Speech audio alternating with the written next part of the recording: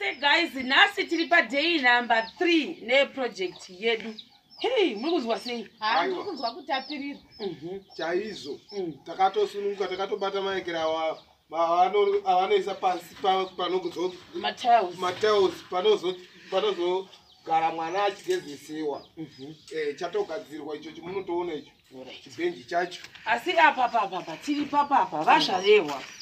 Ndo vari mukati vona mune mishini yavo vasharewa 2 seconds kutaura nemi. Vangu vachimesha ini ndakuta ndichita sekuya kuri nepeni.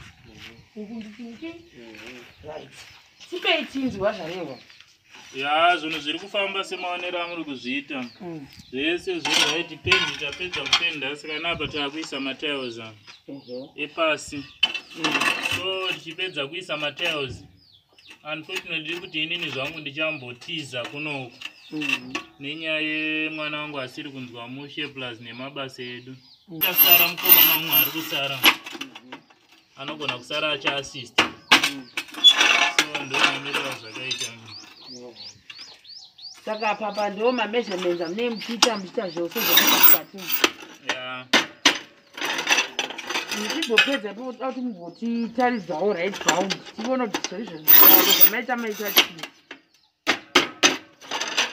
Alright, it's okay.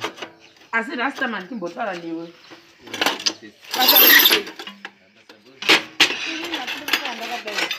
Because the pendi yenyu iri strong.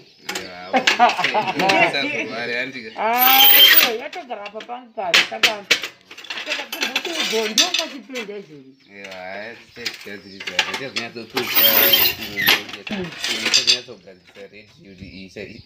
Ukatange misodza nditi. Ngatimbotenderera ava vachicheka vachizotaura navo. Yavatina tizokuneza. Papa mapenda inonzi ndaenda.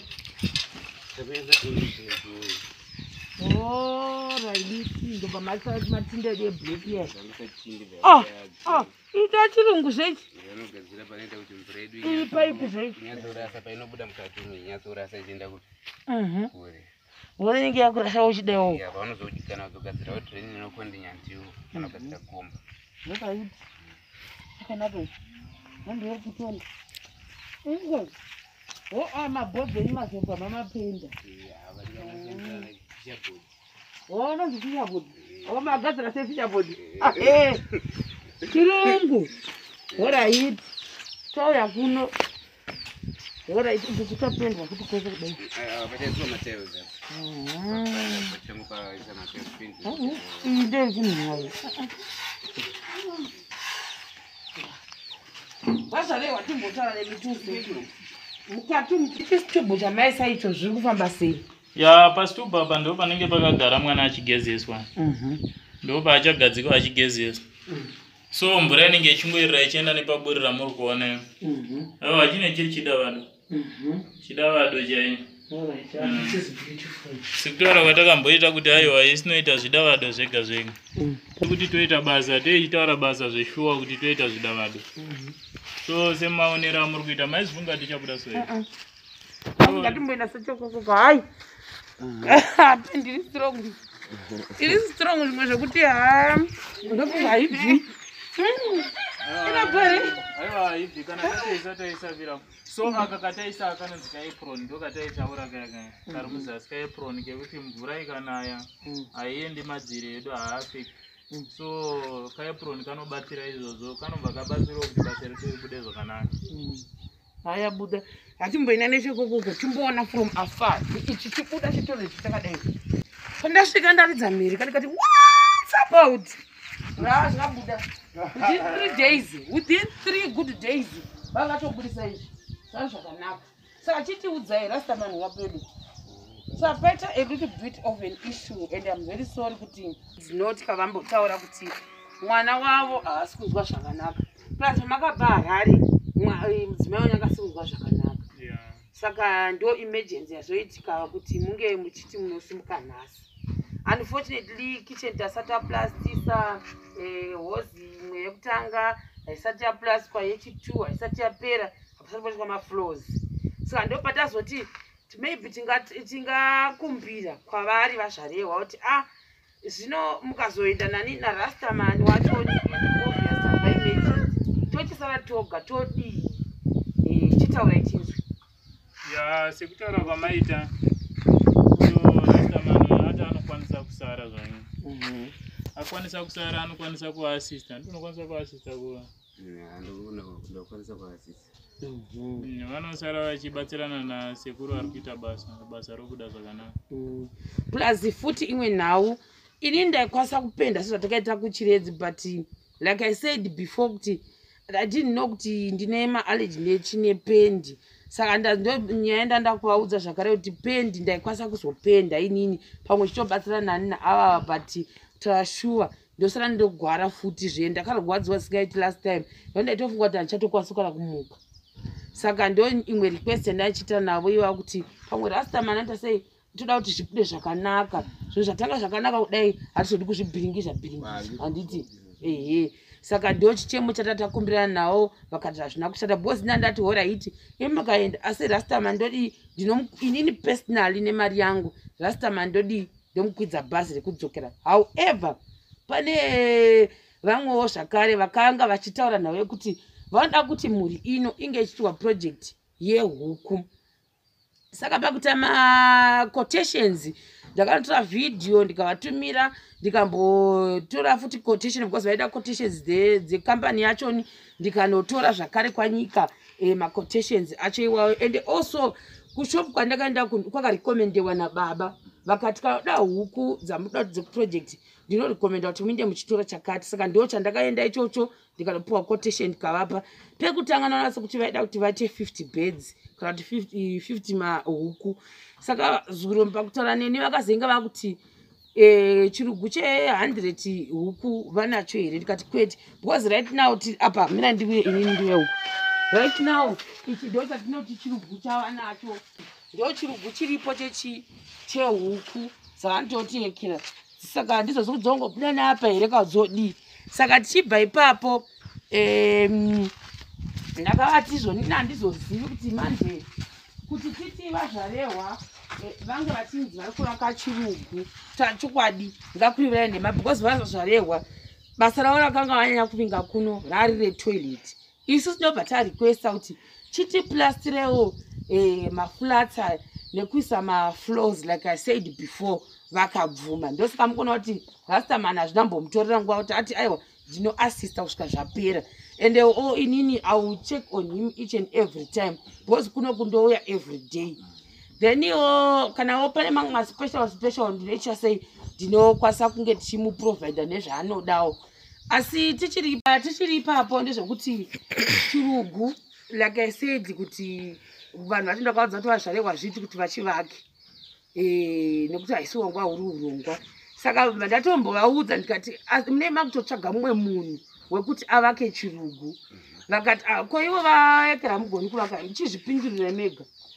inizvo zviro kwazvo handikwanisi kuvaka handitokwanisi asi kuti zviro kwazvo shuka kubatsira ndobatsira ipapo panenge pachida kubatsirwa saka pamaiti moda kuvaka chirugu chenje asi maida kungochekungonama nemadhungetingeitawo hangu zvangu chembudzi kuchena nhasi ndogona kungochiita ichocho asi membita chematanda ndoirova chezvimahafu zvimatina zviriko muchinama nedhaka orit saka uyu muvaki ari panapa uyu saka vazvarehwa vanga vatoti iro ibasa saka I understand kuti vazvarehwa vafanirwa kuzopinda kavachiti iwoyo ndakuti chivaka chirugu vosa zvasiri paurongwa saka nhau iripo ndeyekuti the only person akwanisa kutivakira chirugu ndirastaman mota muchicheuka kudai bozi rastaman ndiyo aibatsira kusimudza mudhuri wamukuona uri kumashure uku zvakare saka ndambutiwo inini kuti achokwadi rastaman ndokunga mari yatinayo izvozvi mumbudu takamirira pamwe kuti zvimwe yese zviripo because zvichiri kudiwa pane zvakati wandei asi chatinoti iyi extra kuda inosvika $30 ndozvandandamuudza chokwadi ndikati ende hazizoiti kuti manje ndibve pano ndonobuda masvingo ndichiti ndakabata ndikunotora $30 hazviiti because kuti ndiverenge idzi dzimwe pamwe ikudanzi inowedzerwa chakati mabag of cement asati aziva kuti akwana kwati kuita handiti then dhoo reduwo iri richine ndo zvimwe zvamunoona zvihinji izvi zvine maissues azvo uye atotaura ega kuti zvoda kuoderwa zvoda kudii maona manje tunhu twese tuyatuya saka ndikamuti ini nyange ndikaonawo nyange $50 ungaitambirawo here kuti kuti vagire chirugu ndo zvimwe oso chirugu ichi ndozanda kutofunga izvozvo chiri kupfurirwa reka uchikuitwa sei chirugu ichi choda marata muona manje ndasatozvifunga kana iri project yehuku kumakasiyana munogara huku dzemabhurera nedzechivanhu saka dzoda marata dzoda mapuranga zvinoda marata chinoda mapuranga saka zvinhu zvandasinatombokozera ndatofunga izvozvo mukati munomu mevhidhiyo nechifenzi chifenzi pamberi chongori kufa kuitani fenzi kana kutoti simbi chazi vanofanira kuita madifomd kusazoziva kuti hakuna matsotsi here kana kusina matsotsi vanongoisiwo fenzi kumberi matsotsi hakuna so panodiwa fenzi pamberi masaidi huku so kana chiri chirugu che100 beds chinofanira kunge chakakura 9 square meters chine 9 square meters chofanira kunge mukati macho space inenge iri mukati inofanira kunge iri 9 square meters ndiwo munokwanisa kuakomodheta ku100 kana dza200 wo dzine dzakuto by 2 which is 18 square meters so kuwanda kwehuku ndo kukurawo kwechirugu chacho saka ichi chirugu chine dho futi kachine fenzi chine dho one dho chinotoita dho zvakaita senge mazenga inotori room inotoita dho but chainozongosiyana inosiyana pakuti iyi room iyi inozoda ventilation inenge ine fenzi pamberi type yedho same time fenzi yacho panozoita panofanira kunge pachizovharwa futi asi type yedho rakadii saka pachadiwa pachadiwa zvipikiri pachadiwa mapuranga pachadiwa zveroofing pachadiwa fenzi kuvaka aripo wekuti we can negotiate wokuti kana nyange ikazosvika yatinokwanisawo ndomuudza kuti ndo chokwadi chiripo ichi kuti ava vanhu vati chiri kunga chivakwe but I think havana kuonera kuti pachadiwa fenzi neroofing muona manje saka rega tigohwa kuti zvofamba sei chibatsiridza uko ini chihwa kuti vacharonga seiwo vamwe vanhu vachoniwo we never know kuda kunonogona kuya chitibatsira tione fenzi yachoni neroofing yacho asi pakuwana fenzi neroofing iyaiya don't forget kuti from nyika growth point kusvika kunoko I have to hire someone ndomubhadhara $30 to $40 kuti ndisengirwe zvinhu izvi so please put that in consideration kuti vheri sakwanisa kutakura mapuranga mafenzi nemasemende yese waya esa nemarata handikwanisi kutakura saka ndinohaya sezvatakaita musi uya wesemende saka tangoti tibva tangozvitaura and also kana pane vada kutiwo zveshuwa nyange asiri gurupu iroro kuzama kuti vabatsika nekutenga huku vata sei please kana nyange tikaonawo $60-70 wo yekuti yake yanesa mbudu ina hangu ndinomubhadharira bhazi kusvika kuharare haibatani nemari yake nemari vazvarehwa ndizvozvo oneti kana ndava kutomusiya anenge atoma cost kana maakuda kuti muzovakirwa chirugu muzoita sei anenge akunidhiwo mari yekuti achaje inini handisi kutotora kana anything pamari yake inokungobatsirawo kwekungoti asara azvichajire otherwise ndichichaja ndiri nechirugu chiyo chine chidhura totodhura saka ndatotegara ndataura kare kuti so inongori krimu yangu yandasiya kungoti sara uchivabatsira mari yandongomutambirisa ndiwo mari semaamaundi yamurungu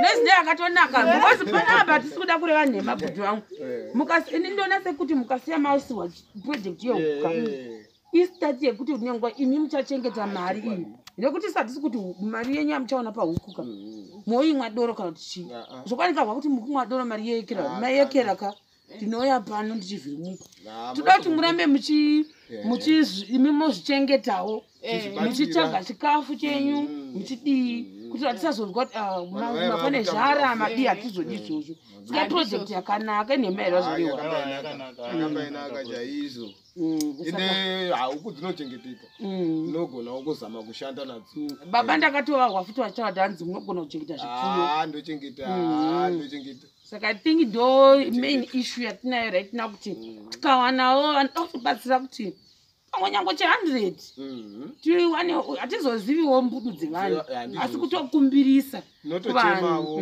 kuti eno vanhu vapindirawo mukomana wawana tautimupawo iye mari akutosara panetibatsira basa irori kuti ripere zvakanaka tinototi eno batsirawo vanobatsiri uye tiwane mazenge ndofunga toita kutonotsvaga machipesi acho haana problem tototsvaka kutsvaga kumaikira mapuranga amene kuti tinenge tasikuchaveza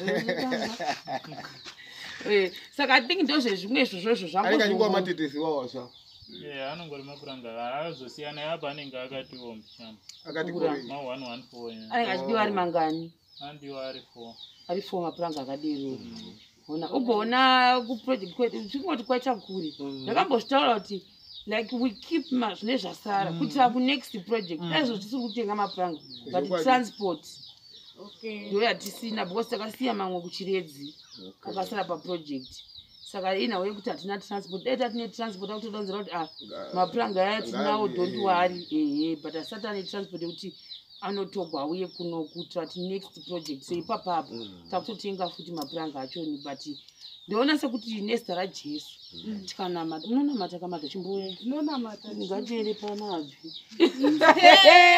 ndikubatsirai amen kunamata chinzwa tapfugama pamberi penyu baba tichikumbira zvipo zvenyu zvamunotipa misi yese nenguva nekuda kwenyu nenyasha dzenyu netsitsi nokuti makatida isu tisati takuzivai nanhasi munesu musatisiya nokusingaperi amen. Amen. Tatamatira project kandozvazvinetwe nemere ndagona magonesa saka I think ndo zvese zvimukandinoda kutenda rasamana chishemo chako ndachinzwa ndokusotera chiya ndokusotera don't worry saka chiregaita sei tikate zvedu vhidhiyo ino tibona because daunobonobasira vakuplasta zvakare muzuva ranhasi then later ndozoenda kwanyika asi tisiri papapo ndofunga nyaya yegirazi redu iwo rasamana ndidatoti mune pati yacho here maglazi aya asi epata so chadii kana rikaramba tikashaiwa asi zvepati izvi naizvi chida vado ichi kungobvisa isoekera aiwa kungotenga glazi handisi kuda pati glazi chero mabasic hariswe pati glazi kuzodada pati takasiya kudhara zvoti pati inotsemuka ukada kubvisa posara pakashata apa ungobvisa unongosvipa pane makavha aripo ivatatidzo ichiwekera chidavata chabuda chabudisa uyu rastamana achaisa zvewaiti zviya zviya kuti haisi achaisa zvewaiti pasara kuti paiswe zvewaiti pane makavha yaraba pa aya akabviswa makavha yawo kwakutoisa glazi ndorine marabha akamirira izvo marabha ndiye chabuda vasikana kana apa iri rinotori dombo iri rikuda kuiswa iri patori nedombo dombo rei idombo iri ndomaire vagrenite iwekere idombo iri grenite rinopenya penya tinoda tiri kwanamai ndisabogesa adimudi kana kutoryira musadza chaiko aluminium inofambidzana nedombo haugoni kuti uise aluminium mosiya dombo zvinhu zvinofambidzana zvakadai zvinodyidzana zvine hoche koche inenge iri bhurugwe nebhandi apapamesa zvinopenya chaisa zvinopenya then tojoenza malaini aya asati akuoneka kana achapera manje manje in 20 to 30 minutes haanenge amawani andinodzoka futi tichitora vhidhiyo apa matails anenge apera isusu takumbonawo plasta asina mairumbitombo meeting mpoto oraiti chakubatira zvakare panext vhidhiyo rasta taura kuti bhabha yako antoni rasta uchatawanzira nekubuda pamavhidhiyo but unozvarehwa saka tingagoti kuti techiti ovati bye bye, Sharewa, construction, come on.